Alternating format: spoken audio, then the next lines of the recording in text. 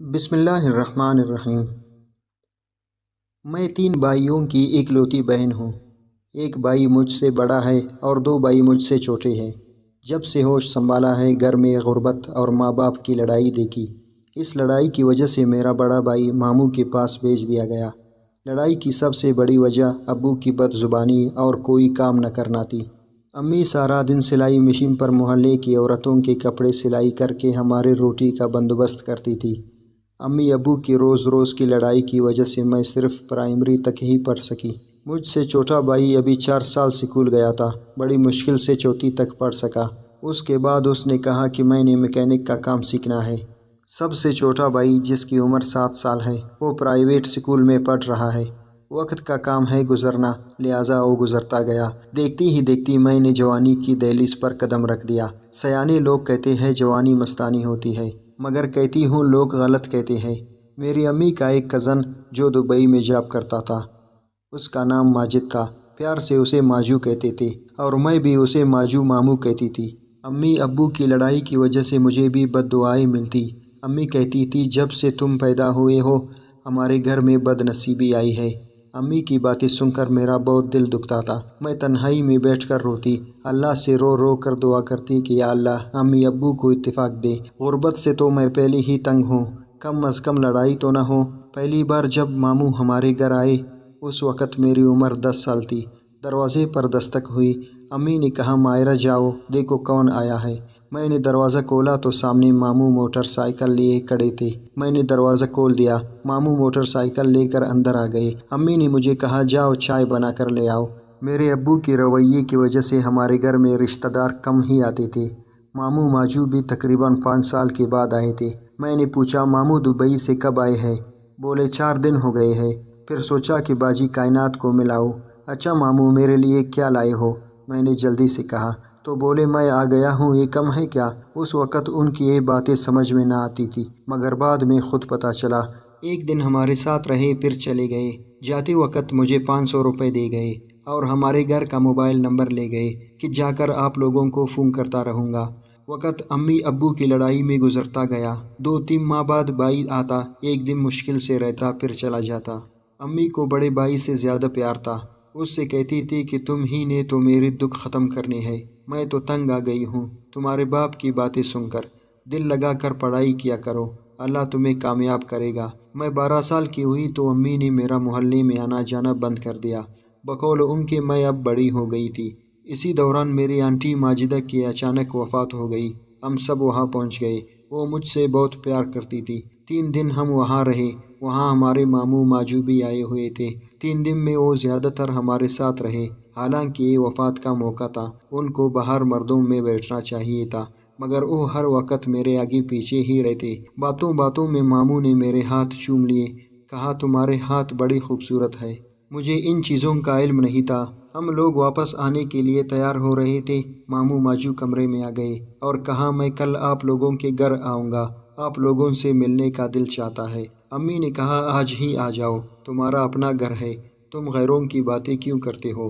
ماموں ماجو بولے نہیں میں کل آپ کے علاقے میں کسی کام کے لیے آ رہا ہوں، تب آپ کے گھر بھی چکر لگا لوں گا۔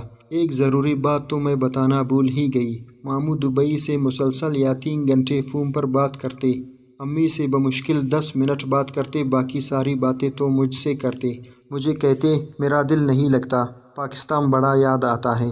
کبھی اپنی بیوی کی بتاتے کہ اس نے یہ کہا ہے وہ کہا ہے۔ میں بڑا حیران ہوتی کہ ماموں یہ باتیں مجھے کیوں بتاتے ہیں، اور ساتھ میں یہ بھی کہتے کہ یہ باتیں امی کو نہ بتانا۔ عمر کے جس حصے میں تھی اکثر لڑکیوں سے ایسی غلطی ہو جاتی ہے۔ دوسرے دن صبح 9 بجے ماموں ہمارے گھر آ گئے۔ ہم ابھی ناشتہ کر رہے تھے۔ ماموں کافی ساری چیزیں میرے لیے بھی لائے، پونی کلپ کپڑے وغیرہ وغیرہ۔ مجھے کمرے میں لے گئے اور ساری چیزیں مجھے دیے، پیار سے سر پر ہاتھ پھیرا۔ اس کے بعد امی نے آواز دی تو ہم باہر آ گئے۔ باتوں باتوں میں امی نے کہا ماجو اب مائرہ بڑی ہو رہی ہے، اس کا رشتہ تو تلاش کرو۔ وہ مسکرا کر بولے میری چھٹی پوری ہو گئی ہے، اگلی دفعہ آؤں گا تو اپنی مائرہ کے لیے اچھا سا رشتہ تلاش کروں گا۔ ماموں تقریباً 2 سال بعد پاکستان آئے تھے۔ کہنے لگے مائرہ کو ہمارے پاس بھیج دو، 3 دن بعد چھوڑ جائیں گے۔ امی نے کہا میری طبیعت خراب ہے،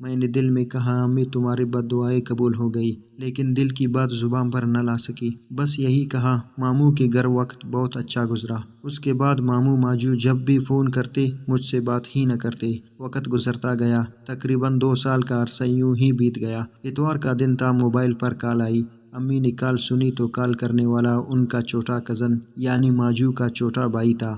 اس نے بتایا کہ ماجو ماموں کو پاکستان آئے ہوئے تقریباً 2 ماہ ہو گئے ہیں۔ آج وہ کار میں کہیں جا رہے تھے کہ اچانک کار کا ٹائر پھٹا اور گاڑی کو آگ لگ گئی۔ ماجد کے جسم کو ایسی آگ لگی کہ موقع پر جاں بحق ہو گیا۔ باجی آپ کو اطلاع دے رہا ہوں 3 بجے اس کا جنازہ ہے، آ جائیے گا۔ میں نے امی سے پوچھا کس کا فون تھا؟ امی بولے ماجد کی گاڑی کو آگ لگ گئی ہے، وہ زندہ جل گیا ہے۔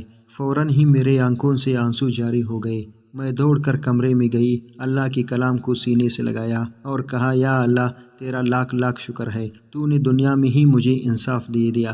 امی نے پوچھا تمہیں ماموں کی وفات کا کوئی دکھ نہیں ہوا؟ میں نے کہا امی جان دکھ تو بہت ہوا ہے، لیکن کیا ہے ہم نے بھی تو اس دنیا سے رخصت ہی ہونا ہے۔ خیر ہم نے ماموں کی لاش دیکھی تو اللہ یاد آیا۔